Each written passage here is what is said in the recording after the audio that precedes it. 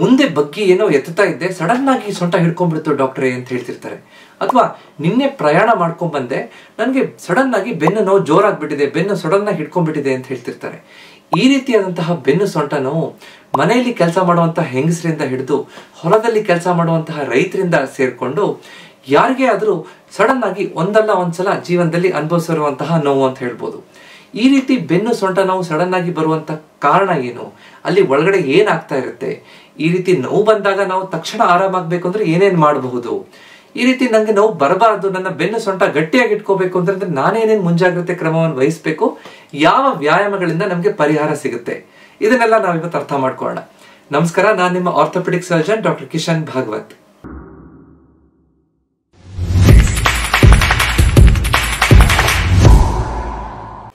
ಬೆನ್ನು ಸೊಂಟ ಸಡನ್ ಆಗಿ ಚಿಳಕ್ ಅಂತ ಹಿಡ್ಕೊಂಡ್ಬಿಟ್ಟಿದೆ ಅಂದ್ರೆ ಒಳಗಡೆ ಏನಾಗ್ತಿರುತ್ತೆ ಅಂತ ನಾವು ಅರ್ಥ ಮಾಡ್ಕೊಳ್ಳೋಣ. ಬೆನ್ನು ಹುರಿ ಅನ್ನುವಂಥದ್ದು 33 ಮೂಳೆಗಳು, ವರ್ಟೆಬ್ರಾ ಅನ್ನುವಂತಹ ಮೂಳೆಗಳಿಂದ ಆಗಿರುತ್ತೆ. ಅದರ ಮಧ್ಯದಲ್ಲಿ, ಮೂಳೆಗಳ ಮಧ್ಯದಲ್ಲಿ ಇಂಟರ್ ವರ್ಟೆಬ್ರಲ್ ಡಿಸ್ಕ್ ಅಂತ ಇರುತ್ತೆ. ಈ ಡಿಸ್ಕ್ ಅನ್ನುವಂಥದ್ದು ಒಂದು ಕುಶನ್ ತರ, ಒಂದು ಜೆಲ್ ತರ ಕೆಲಸ ಮಾಡುತ್ತೆ, ಶಾಕ್ ಅಬ್ಸಾರ್ಬರ್ ತರ ಅಂತ ಹೇಳ್ಬೋದು.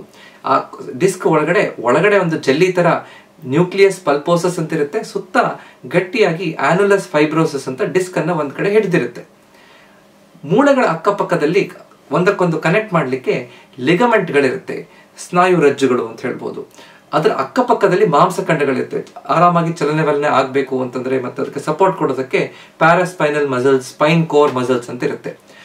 ಮೆದುಳಿಂದ ಈ ಮೂಳೆಗಳ ಮಧ್ಯದಲ್ಲಿ ಸ್ಪೈನಲ್ ಕಾರ್ಡ್ ಬರುತ್ತೆ, ಅದು ಕುತ್ತಿಗೆಯಿಂದ ಕೈಗಳಿಗೆ, ಸೊಂಟದಿಂದ ಕಾಲುಗಳಿಗೆ ಹೋಗುವಂತಹ ನರಗಳು ಈ ಮೂಳೆಗಳ ಮಧ್ಯದಲ್ಲಿ ಹೊರಗಡೆ ಬರ್ತಾ ಇರುತ್ತೆ. ಇದೆಲ್ಲ ಸರಿಯಾಗಿ ಕೆಲಸ ಮಾಡ್ಬೇಕಾದ್ರೆ ಯಾವುದೇ ರೀತಿಯಾದಂತಹ ನೋವಿರಲ್ಲ. ಯಾವಾಗ ಈ ಮಾಂಸಖಂಡಗಳು ಸ್ಟ್ರೆಚ್ ಆಗ್ಬಿಡುತ್ತೋ ಅಥವಾ ಒಳಗಡೆ ಸ್ವಲ್ಪ ಹರಿದ್ ಬಿಡುತ್ತೋ, ಮುಂದೆ ಬಗ್ಗಿ ಹೇಳ್ಬೇಕಾದ್ರೆ ಸಡನ್ ಆಗಿ ಹರಿದ್ ಬಿಡುತ್ತೋ, ಅವಾಗ ಸಡನ್ ಆಗಿ ಆ ಮಾಂಸಖಂಡ ಉಳ್ಕೋದು ಅಂತ ಹೇಳ್ತೀವಿ. ಅಕ್ಯೂಟ್ ಲಂಬಾರ್ ಸ್ಟ್ರೈನ್ ಅಂತ ಹೇಳ್ತೀವಿ, ಮಸಲ್ ಸ್ಟ್ರೈನ್ ಅಂತ ಹೇಳ್ತೀವಿ. ಲಿಗಮೆಂಟ್ ಹರಿದಾಗ ಲಿಗಮೆಂಟ್ ಸ್ಪ್ರೈನ್ ಅಂತ ಹೇಳ್ತೀವಿ. ಇದು ಉಳ್ಕೋದು ಅಥವಾ ಹಿಡ್ಕೊಳ್ಳೋದು, ಚಳಕ್ ಅನ್ನೋದು ಅಂತ ಹೇಳ್ಬೋದು. ಅದೇ ರೀತಿ ಈ ಡಿಸ್ಕ್ಗಳಲ್ಲಿ ಸ್ವಲ್ಪ ಇರಿಟೇಟ್ ಆದಾಗ, ಅದಕ್ಕೆ ಹೊಡೆತ ಬಿದ್ದಾಗ್ಲೂ ಕೂಡ ಬಗ್ಗಿ ಹೇಳ್ಬೇಕಾದ್ರೆ, ಮೂವ್ಮೆಂಟ್ ಮಾಡ್ಬೇಕಾದ್ರೆ ಸಡನ್ ಆಗಿ ಆ ಡಿಸ್ಕ್ ಅಲ್ಲಿರುವಂತಹ ಆನ್ಯುಲಸ್ ಫೈಬ್ರೋಸಸ್ ಸ್ವಲ್ಪ ಹರಿದೋಯ್ತು, ನ್ಯೂಕ್ಲಿಯಸ್ ಪಲ್ಪೋಸಸ್ ಒಳಗಡೆ ಜೆಲ್ಲಿ ತರದ್ದು ಸ್ವಲ್ಪ ಹೊರಗಡೆ ಬಂತು, ನರಗಳ ಮೇಲೆ ಇರಿಟೇಟ್ ಮಾಡ್ತಾ ಇದೆ ಅಂತ ಇದ್ದಾಗ ಅವಾಗ್ಲೂ ಕೂಡ ಈ ಡಿಸ್ಕ್ ಸಮಸ್ಯೆಯಿಂದ ಕೂಡ ನೋವು ಬರ್ಬೋದು. ಸೊ ಮುಖ್ಯವಾಗಿ ಒಂದು ಮಾಂಸಖಂಡ ಮಸಲ್ ಸ್ಟ್ರೈನ್ ಆಗಿರುತ್ತೆ, ಲಿಗಮೆಂಟ್ ಸ್ಪ್ರೈನ್ ಆಗಿರುತ್ತೆ, ಇಲ್ಲ ಅಂದ್ರೆ ಡಿಸ್ಕ್ ಇರಿಟೇಷನ್ ಆಗಿರುತ್ತೆ. ಸ್ವಲ್ಪ ಮುಂದುವರೆದು ಡಿಸ್ಕ್ ಸ್ವಲ್ಪ ಪ್ರೊಲ್ಯಾಪ್ಸ್ ಆಗ್ಬಿಡ್ತು, ಡಿಸ್ಕ್ ಹೊರಗಡೆ ಬಂದ್ಬಿಡ್ತು, ತನ್ನ ಜಾಗದಿಂದ ಹೊರಗಡೆ ಬಂದು ನರದ ಮೇಲೆ ಒತ್ತಡ ಕೊಡ್ತು ಅಂತಂದಾಗ ಸೊಂಟದಿಂದ ಕಾಲಿಗೆ ಸೆಳೆತ ಬರ್ತಾ ಹೋಗುತ್ತೆ, ಸೊಂಟದಿಂದ ತೊಡೆ ಹಿಂಭಾಗ ಕಾಲಿಗೆ ಸೆಳೆತ ಬರ್ತಾ ಹೋಗುತ್ತೆ, ಅದು ಡಿಸ್ಕ್ ಸಮಸ್ಯೆ ಅಂತ ಹೇಳ್ತೀವಿ. ಈ ರೀತಿ ತಕ್ಷಣ ನೋವು ಶುರುವಾಗ್ಲಿಕ್ಕೆ ಮುಖ್ಯವಾದ 3 ಕಾರಣಗಳಿರುತ್ತೆ.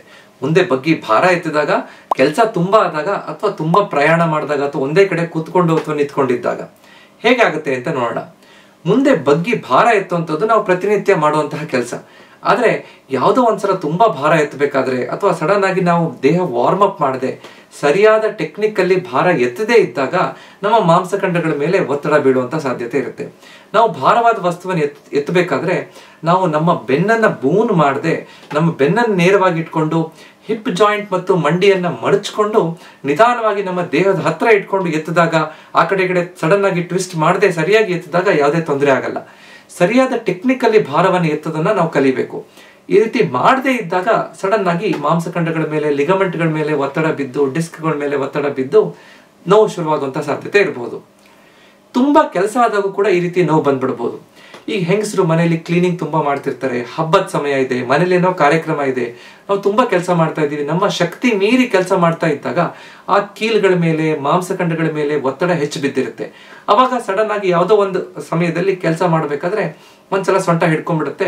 ಆ ಸಮಯದಲ್ಲಿ ಕಾರ್ಯಕ್ರಮ ಇರುತ್ತೆ ಅಥವಾ ಹಬ್ಬ ಇರುತ್ತೆ, ಆ ಸಮಯದಲ್ಲೇ ನಾವು ಸೊಂಟ ನೋವು ಅಂತ ಮಲ್ಕೊಳ್ಳುವಂತ ಪರಿಸ್ಥಿತಿ ಬಂದ್ಬಿಡುತ್ತೆ. ಇದು ಹೆಚ್ಚಿನವರು ಅನುಭವಿಸಿರುವಂತಹ ತೊಂದರೆ ಇರಬಹುದು.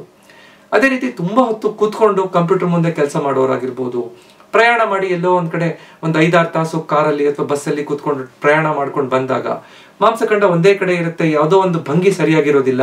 ಆವಾಗ ಆ ಮಾಂಸಖಂಡಗಳ ಮೇಲೆ, ನರಗಳ ಮೇಲೆ, ಕೀಲ್ಗಳ ಮೇಲೆ ಸ್ವಲ್ಪ ಮಿಸ್ ಅಲೈನ್ಮೆಂಟ್ ಆಗಿರುತ್ತೆ ಅಥವಾ ಒತ್ತಡ ಹೆಚ್ಚು ಬಿದ್ದಿರುತ್ತೆ, ಮಾಂಸಖಂಡ ಸ್ಪಾಸಮ್ ಹೋಗ್ಬಿಡುತ್ತೆ, ಮಸಲ್ ಸ್ಪಾಸಮ್ ಅಂತ ಹೇಳ್ತೀವಿ. ಆ ರೀತಿ ಇದ್ದಾಗ ನಾವು ಸಡನ್ ಆಗಿ ಎದ್ದಾಗ ಅಥವಾ ಬ್ಯಾಗ್ ಎತ್ತಿದಾಗ ಅಲ್ಲಿ ಸಡನ್ ಆಗಿ ಉಳ್ಕುವಂತ ಸಾಧ್ಯತೆ, ನೋವು ಬರುವಂತ ಸಾಧ್ಯತೆ ಇರಬಹುದು. ಸೊ ಈ 3 ಕಾರಣದಿಂದ ಈ ತೊಂದರೆ ನಮ್ಗೆ ಕಾಣಿಸ್ಕೋಬಹುದು. ಈ ತರ ತಕ್ಷಣ ಬೆನ್ನು ಸೊಂಟ ನೋವು ಶುರುವಾದಾಗ ನಾವ್ ಏನೇನು ಮಾಡ್ಬೇಕು ಅಂತ ನೋಡೋಣ. ಮೊದಲು ನಮ್ಮ ಬೆನ್ನು ಸೊಂಟಕ್ಕೆ ರೆಸ್ಟ್ ಕೊಡಬೇಕು. ಹೇಗೆ ರೆಸ್ಟ್ ಕೊಡಬೇಕು ಅನ್ನೋದು ಬಹಳ ಮುಖ್ಯ. ಇದನ್ನ ಸರಿಯಾಗಿ ಅರ್ಥ ಮಾಡ್ಕೊಂಡ್ರೆ ಈ ನೋವು ತಕ್ಷಣದಲ್ಲಿ ಮಾಯ ಆಗೋ ರೀತಿಯಲ್ಲಿ ನಾವು ಅದಕ್ಕೆ ಬೇಗ ಉಪಚಾರ ಮಾಡಿದಾಗುತ್ತೆ. ನಾವು ನೇರವಾಗಿ ಮಲ್ಕೊಂಡು ನಮ್ಮ ಹಿಪ್ ಜಾಯಿಂಟ್, ಸೊಂಟದ ಕೀಲು ಮತ್ತು ಮೊಣಕಾಲಿನ ಕೀಲನ್ನ 90 ಡಿಗ್ರಿಯಲ್ಲಿ ಎರಡೂ ಕಡೆ ಬೆಂಡ್ ಮಾಡಿ ಮಡಚಿ ಎದುರುಗಡೆ ಒಂದು ಕುರ್ಚಿ ಅಥವಾ ಒಂದು ಸ್ಟೂಲನ್ನು ಇಟ್ಕೊಂಡು ಒಂದು ದಿಂಬನ್ನು ಇಟ್ಕೊಂಡು ಅದರ ಮೇಲೆ ಇಡಬೇಕು. ಈ ರೀತಿ ನಾವು ಎರಡೂ ಕಾಲ್ಗಳನ್ನ ಮೇಲ್ಗಡೆ 90 ಡಿಗ್ರೀಸ್ ಅಲ್ಲಿ ಬೆಂಡ್ ಮಾಡಿ ಇಟ್ಟಾಗ ನಮ್ಮ ಕೆಳಗಡೆ ಇರುವಂತಹ ಸೊಂಟದ ಮಾಂಸಖಂಡಗಳು ರಿಲ್ಯಾಕ್ಸ್ ಆಗ್ತಾ ಹೋಗುತ್ತೆ. ಅವಾಗ ಅದರ ಮೇಲಿರುವಂತಹ ಒತ್ತಡ ಕಡಿಮೆ ಆಗುತ್ತೆ, ಈ ಎಳೆತ ಕಡಿಮೆ ಆಗುತ್ತೆ, ಡಿಸ್ಕ್ಗಳ ಮೇಲಿರುವಂತಹ ಒತ್ತಡ ಕಡಿಮೆ ಆಗುತ್ತೆ. ಸೊ ಹೀಗಿದ್ದಾಗ ಮಾಂಸಖಂಡಗಳು ತಕ್ಷಣ ಆರಾಮಾಗ್ಲಿಕ್ಕೆ ಅನುಕೂಲ ಆಗುತ್ತೆ. ಈ ರೀತಿ ಒಂದು 10 ರಿಂದ 15 ನಿಮಿಷ ಮಲ್ಕೊಂಡ್ರು ಬಹಳ ಆರಾಮಾಗುವಂತಹ ಭಾವನೆ ನಮ್ಗೆ ಸಿಗುತ್ತೆ. ಇದು ನಾವು ಬೆಳಗ್ಗೆ ಒಂದು 10 ರಿಂದ 15 ನಿಮಿಷ, ಮಧ್ಯಾಹ್ನ ಒಂದು 10 ರಿಂದ 15 ನಿಮಿಷ, ಸಂಜೆ ಒಂದು 10 ರಿಂದ 15 ನಿಮಿಷ ಮಾಡಬಹುದು. ಒಂದು ಕುರ್ಚಿ ಮೇಲೆ ಕಾಲಿಡ್ಬಹುದು, ಅಥವಾ ಒಂದು ಮಡಚಿರೋ ಹಾಸಿಗೆ ಮೇಲೆ ಒಂದು ಬಟ್ಟೆ ಇಟ್ಟು ಅದರ ಮೇಲೆ ಕಾಲಿಡ್ಬಹುದು. ನಾವು ನೆಲದ ಮೇಲೆ ಮಲ್ಕೊಂಡು ಸೋಫಾದ ಮೇಲೆ ಕಾಲಿಡ್ಬಹುದು, ಅಥವಾ ಮಂಚದ ಮೇಲೆ ಮಲ್ಕೊಂಡು ಒಂದು 3-4 ದಿಂಬು ಇಟ್ಕೊಂಡು ಅದರ ಮೇಲೆ ಕಾಲಿಟ್ಕೊಂಡು ಈ ರೀತಿ ರೆಸ್ಟ್ ತಗೋಬಹುದು. ಇದು ಬಹಳ ಮುಖ್ಯ. ಇದಾದ ನಂತರ ಆ ಭಾಗಕ್ಕೆ ಎಲ್ಲಿ ಸೊಂಟ ನೋವು ಬೆನ್ನು ನೋವು ಇದೆಯೋ ಆ ಭಾಗಕ್ಕೆ ಸ್ವಲ್ಪ ಐಸಿನ ಶಾಖವನ್ನು ಕೊಡ್ಬೋದು. ಮಂಜುಗೆಡ್ಡೆ ಐಸನ್ನು ತಗೊಂಡು 3-4 ಐಸ್ ಕ್ಯೂಬ್ಸ್ ಅನ್ನು ಒಂದು ಬಟ್ಟೆಯಲ್ಲಿ ಅಥವಾ ಕವರಲ್ಲಿ ಇಟ್ಕೊಂಡು ಆ ಭಾಗ ಎಲ್ಲಿ ನೋವು ಇದೆಯೋ ಆ ಭಾಗಕ್ಕೆ ಒಂದು 10 ರಿಂದ 15 ನಿಮಿಷ ಶಾಖ ಕೊಡೋದ್ರಿಂದ 2 ರಿಂದ 3 ತಾಸಿಗೆ ಒಂದೊಂದ್ಸಲ ಅವತ್ತು ಮಾಡೋದ್ರಿಂದ ಅಲ್ಲಿರುವಂತಹ ಭಾಗಕ್ಕೆ ಸ್ವಲ್ಪ ನೋವು ಕಡಿಮೆ ಆಗ್ಲಿಕ್ಕೆ, ಒಳಗಡೆ ಇರುವಂತಹ ಮಾಂಸಖಂಡಗಳು ಸ್ವಲ್ಪ ರಿಲ್ಯಾಕ್ಸ್ ಆಗ್ಲಿಕ್ಕೆ ಅನುಕೂಲ ಆಗ್ತಾ ಬರುತ್ತೆ. ಸೊ ಈ ರೀತಿ ಮಾಡೋದ್ರಿಂದ ತಕ್ಷಣ ನೋವು ಕಡಿಮೆ ಆಗ್ಬೋದು. ನಂತರ ಯಾವ ರೀತಿ ನಾವು ಮಲ್ಕೋಬೇಕು, ಈಗ ರೆಸ್ಟ್ ತಗೋಬೇಕು ಅಂದ ತಕ್ಷಣ, ಮಲ್ಕೋಬೇಕು ಅಂದ ತಕ್ಷಣ ಯಾವ ತರ ಮಲ್ಕೊಂಡ್ರು ಸೊಂಟ ನೋವು ಹೆಚ್ಚಾಗ್ತಾ ಇದೆ ಅಂತ ಹೇಳ್ತಿರ್ತಾರೆ. ಯಾವ ರೀತಿ ಮಲ್ಕೋಬೇಕು ಅಂತ ಸರಿಯಾಗಿ ಅರ್ಥ ಮಾಡ್ಕೋಬೇಕು. ಅಂಗಾತ ನೇರ ಮಲ್ಕೊಂಡಿದ್ದಾಗ ಮಂಡಿ ಕೆಳಗಡೆ ಒಂದು 2 ದಿಂಬನ್ನು ಇಟ್ಕೋಬೇಕು. ಮಂಡಿ ಒಂದು 30-40 ಡಿಗ್ರಿ ಬೆಂಡ್ ಆಗಿರುವಂತಹ ಆ ಪೊಸಿಷನ್ ಅಲ್ಲಿ ಆರಾಮಾಗಿ ಇಟ್ಕೊಂಡಿದ್ದಾಗ ಆರಾಮಾಗಿ ನಿದ್ದೆ ಬರ್ಲಿಕ್ಕೆ ಅನುಕೂಲ ಆಗುತ್ತೆ, ಅಥವಾ ರೆಸ್ಟ್ ತಗೊಳ್ಳಿಕ್ಕೆ, ಮಾಂಸಖಂಡ ಫ್ರೀ ಆಗಿ ನೋವು ಕಡಿಮೆ ಆಗ್ಲಿಕ್ಕೆ ಅನುಕೂಲ ಆಗುತ್ತೆ. ಅದೇ ನಾವು ಮಗ್ಲಲ್ಲಿ ಮಲ್ಕೋಬೇಕು ಅಂತ ಇದ್ದಾಗ ಆವಾಗ್ಲೂ ಕೂಡ ಮಂಡಿಯನ್ನ ಮಡಚ್ಕೊಂಡು ಮಲ್ಕೋಬೇಕು. ಮಂಡಿ ಮಧ್ಯದಲ್ಲಿ 1 ಅಥವಾ 2 ದಿಂಬನ್ನ ಸಪೋರ್ಟಿಗೆ ಇಟ್ಕೊಂಡು ಈ ರೀತಿ ಮಲ್ಕೊಂಡಾಗ ಅನುಕೂಲ ಆಗ್ಲಿಕ್ಕೆ ಆರಾಮಾಗ್ಲಿಕ್ಕೆ ಸಾಧ್ಯ ಆಗುತ್ತೆ. ಅದ್ರ ಜೊತೆಗೆ ತುಂಬಾ ಹೊತ್ತು ರೆಸ್ಟ್ ತಗೊಳ್ಳೋದು ಒಳ್ಳೇದಲ್ಲ. ನನಗೆ ನೋವು ಬಂದ್ಬಿಡ್ತು, ಸೊಂಟ ನೋವು ಬಂದ್ಬಿಡ್ತು, ಇವತ್ತು ನಾಳೆ ಎಲ್ಲ ಫುಲ್ ಬೆಡ್ ರೆಸ್ಟ್ ತಗೊಂಡ್ಬಿಟ್ರೆ ಮಾಂಸಖಂಡಗಳು ಮತ್ತೆ ಸ್ಟಿಫ್ನೆಸ್ ಬಿಗಿತಾಗಿ ನೋವು ಇನ್ನೂ ಹೆಚ್ಚಾಗುವಂತ ಸಾಧ್ಯತೆ ಇರುತ್ತೆ. ಈ ತರ ನೋವು ಬಂದಾಗ ಮೊದಲ 24 ರಿಂದ 48 ಗಂಟೆ ಬಹಳ ಮುಖ್ಯ. ಅವಾಗ ನಾವ್ ಏನ್ ಮಾಡ್ತೀವಿ ಅನ್ನೋದು ಈ ನೋವು ಎಷ್ಟು ಹೆಚ್ಚಾಗುತ್ತೆ ಅನ್ನೋದು ನಿರ್ಧಾರ ಆಗುತ್ತೆ. ಅವಾಗ ರೆಸ್ಟ್ ಕೊಡಬೇಕು, ಅಂದ್ರೆ ಮಧ್ಯದಲ್ಲಿ ರೆಸ್ಟ್ ಕೊಡಬೇಕು. ಸ್ವಲ್ಪ ನೋವು ಕಡಿಮೆ ಆದಾಗ ನಾವು ಸ್ವಲ್ಪ ಓಡಾಡ್ತಾ ಇರಬೇಕು, ಸ್ವಲ್ಪ ಮಾಂಸಖಂಡಗಳನ್ನ ಸ್ಟ್ರೆಚ್ ಮಾಡುವಂತದ್ದನ್ನ ನಾವು ಮರಿಬಾರ್ದು. ಇದು ಬಹಳ ಮುಖ್ಯ. ನಂತರ ಆದಷ್ಟು ಬೇಗ ಡಾಕ್ಟರ್ ಹತ್ರ ಹೋಗಿ ಅದಕ್ಕೆ ಬೇಕಾಗಿರುವಂತಹ ಸೂಕ್ತ ಮಾತ್ರೆಗಳನ್ನ, ಔಷಧಿಗಳನ್ನ ತಗೊಂಡು ಮನೇಲಿ ಯಾವ್ದಾದ್ರು ಒಂದು ಆಯಿಂಟ್ಮೆಂಟ್ ಜೆಲ್ ಇದ್ರೆ ಸ್ವಲ್ಪ ಹಚ್ಚಿ ತಿಕ್ಕಿ ಮಾಡಬಹುದು. 1 ರಿಂದ 2 ದಿನ ಆಯ್ತು ಅಂದ ನಂತರ ಸ್ವಲ್ಪ ಬಿಸಿನೀರಿನ ಶಾಖವನ್ನು ಕೊಟ್ಟಾಗ ಅಲ್ಲಿರೋ ಮಾಂಸಖಂಡಗಳು ಫ್ರೀ ಆಗಿ ರಿಲ್ಯಾಕ್ಸ್ ಆಗ್ಲಿಕ್ಕೆ ಅನುಕೂಲ ಆಗುತ್ತೆ. ಮೊದಲು ಐಸ್, 1-2 ದಿನ ನೋವು ಶುರುವಾದ ನಂತರದಲ್ಲಿ ಬಿಸಿನೀರಿನ ಶಾಖ ಕೊಟ್ಟರೆ ಅನುಕೂಲ ಆಗುವಂತ ಸಾಧ್ಯತೆ ಇರುತ್ತೆ. ಈ ರೀತಿ ಬಂದಿರುವಂತಹ ನೋವು ಸ್ವಲ್ಪ ಕಡಿಮೆ ಆದ ತಕ್ಷಣ ನಾವು 4 ಮುಖ್ಯವಾದ ವ್ಯಾಯಾಮಗಳನ್ನ ಮಾಡುವಂತದನ್ನ ಅರ್ಥ ಮಾಡ್ಕೋಬೇಕು. ಮೊದಲನೇದು ಅರ್ಧ ಭುಜಂಗಾಸನ. ಭುಜಂಗಾಸನ ನಾವು ನೋಡಿರ್ಬೋದು, ಸೂರ್ಯ ನಮಸ್ಕಾರದಲ್ಲಿ ಬರುವಂತಹ ಒಂದು ಆಸನ. ಆದ್ರೆ ಅರ್ಧ ಭುಜಂಗಾಸನ ಮಾಡೋದ್ರಿಂದ ನಮ್ಮ ಬೆನ್ನು ಸೊಂಟಕ್ಕೆ ಈ ರೀತಿ ಸಡನ್ ನೋವು ಇದ್ದಾಗ ರಿಲ್ಯಾಕ್ಸ್ ಆಗ್ಲಿಕ್ಕೆ, ಫ್ರೀ ಆಗ್ಲಿಕ್ಕೆ, ಒಳಗಡೆ ಇರುವಂತಹ ಡಿಸ್ಕ್ ಮೇಲಿರುವಂತಹ ಒತ್ತಡ, ಮಾಂಸಖಂಡಗಳ ಮೇಲೆ ಒತ್ತಡ ಕಡಿಮೆ ಆಗ್ಲಿಕ್ಕೆ ಅನುಕೂಲ ಆಗುತ್ತೆ. ನಾವು ಹೊಟ್ಟೆ ಮೇಲೆ ಮಲ್ಕೋಬೇಕು. ನಿಧಾನವಾಗಿ 2 ಕೈಗಳನ್ನ ನೇರವಾಗಿ ಮೊಣಕೈ ಮೇಲೆ, 2 ಕೈಗಳನ್ನ ನೆಲದ ಮೇಲೆ ಅಥವಾ ಹಾಸಿಗೆ ಮೇಲೆ ಇಟ್ಕೊಂಡು ನಮ್ಮ ಎದೆ ಭಾಗದ ತನಕ ನಮ್ಮ ತಲೆಯನ್ನ ಎತ್ತಬೇಕು. ಅರ್ಧ ಹೊಟ್ಟೆ ಭಾಗ, ಎದೆ ಭಾಗ ಮತ್ತು ತಲೆ ಎದ್ದಿದ್ದಾಗ ನಮ್ಮ ಆ ಬೆನ್ನಲ್ಲಿ ಸ್ಟ್ರೆಚ್ ಅನ್ನ ನಾವು ಫೀಲ್ ಮಾಡಬೇಕು. ಈ ತರ ಒಂದು 10 ರಿಂದ 15 ಸೆಕೆಂಡ್ ಹಿಡ್ಕೊಳ್ಳೋದು, ನಿಧಾನ ವಾಪಸ್ ಬರುವಂತದ್ದು. ಒಂದು ಎಷ್ಟಾಗುತ್ತೋ ಅಷ್ಟು, ಮೊದಲು 6 ರಿಂದ 8 ರಿಪಿಟೇಷನ್, ನಂತರ ಒಂದು 10 ರಿಂದ 12 ರಿಪಿಟೇಷನ್ ತನಕ ಮಾಡಿದ್ರೆ ದಿನಕ್ಕೆ ಬೆಳಗ್ಗೆ ಒಂದ್ಸಲ, ಸಂಜೆ ಒಂದ್ಸಲ ಮಾಡೋದ್ರಿಂದ ನಮ್ಗೆ ಬಹಳ ಉಪಯೋಗ ಆಗುತ್ತೆ. ಆ ನರಗಳ ಮೇಲೆ ಒತ್ತಡ, ಆ ಡಿಸ್ಕ್ ಮೇಲೆ ಒತ್ತಡ ಎಲ್ಲ ಕಡಿಮೆ ಆಗ್ಲಿಕ್ಕೆ ಅನುಕೂಲ ಆಗುತ್ತೆ.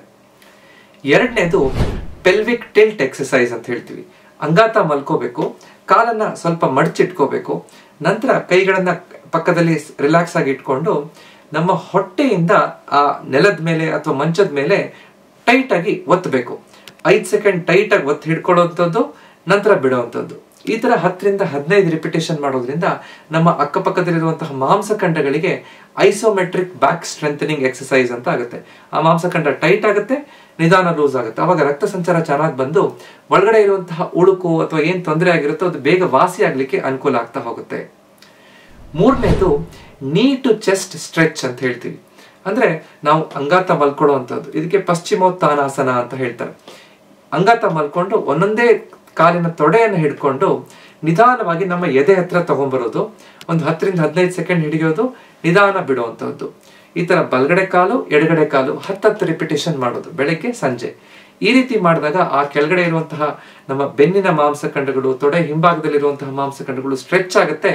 ಆ ಒಳಗಡೆ ಇರುವಂತಹ ತೊಂದರೆ ಏನು ಇರುತ್ತೋ, ಮಾಂಸಖಂಡ ಸ್ಟಿಫ್ನೆಸ್ ಏನಿರುತ್ತೋ ಅದು ಫ್ರೀಯಾಗಿ ರಿಲ್ಯಾಕ್ಸ್ ಆಗ್ಲಿಕ್ಕೆ ಅನುಕೂಲ ಆಗ್ತಾ ಬರುತ್ತೆ.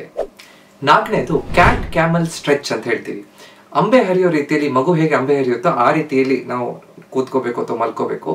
ನಂತರ ನಿಧಾನವಾಗಿ ಉಸಿರನ್ನ ಒಳಗಡೆ ತಗೋತಾ ನಾವು ಕ್ಯಾಟ್ ತರ ಬೆನ್ನನ್ನ ಆರ್ಚ್ ಮಾಡಬೇಕು.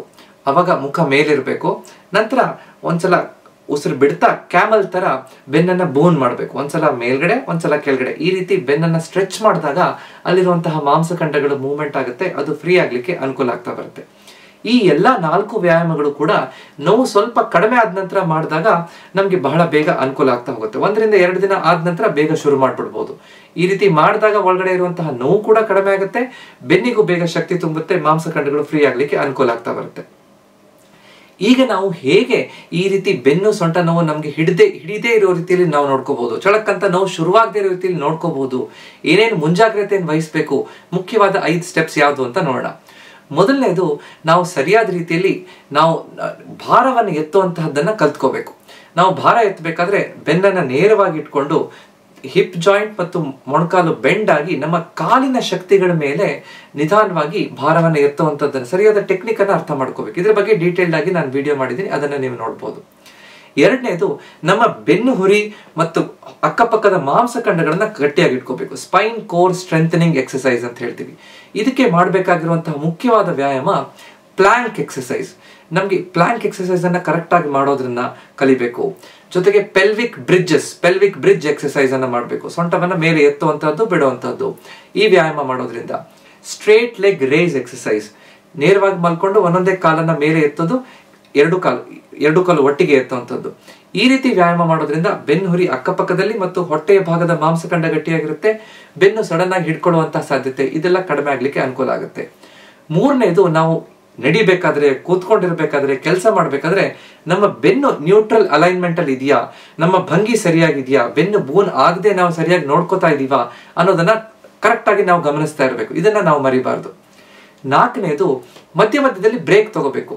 ನಾವು ಪ್ರಯಾಣ ಮಾಡ್ಬೇಕಾದ್ರೆ 1 ರಿಂದ 1.5 ಗಂಟೆ ಆದ ತಕ್ಷಣ 1-2 ನಿಮಿಷ ಬ್ರೇಕ್ ನಿಲ್ಸುವಂಥದ್ದು, ಟೀ ಕಾಫಿ ಕುಡಿಯುವಂಥದ್ದು ಅಥವಾ ಓಡಾಡುವಂಥದ್ದು. ಈ ರೀತಿ ಮಾಡೋದ್ರಿಂದ, ಅಥವಾ ತುಂಬಾ ಹೊತ್ತು ಕೂತ್ಕೊಂಡು ಕೆಲಸ ಮಾಡ್ಬೇಕಾದ್ರೆ ಮಧ್ಯದಲ್ಲಿ ಬ್ರೇಕ್ ತಗೊಂಡು ಬೆನ್ನನ್ನ ಸ್ಟ್ರೆಚ್ ಮಾಡೋದನ್ನ ಕಲಿಬೇಕು. ಇದನ್ನ ಮಾಡೋದ್ರಿಂದ ಈ ರೀತಿ ಬೆನ್ನು ಸೊಂಟ ನೋವು ಪದೇ ಬರೋದನ್ನ ನಾವು ತಡಿಬಹುದು.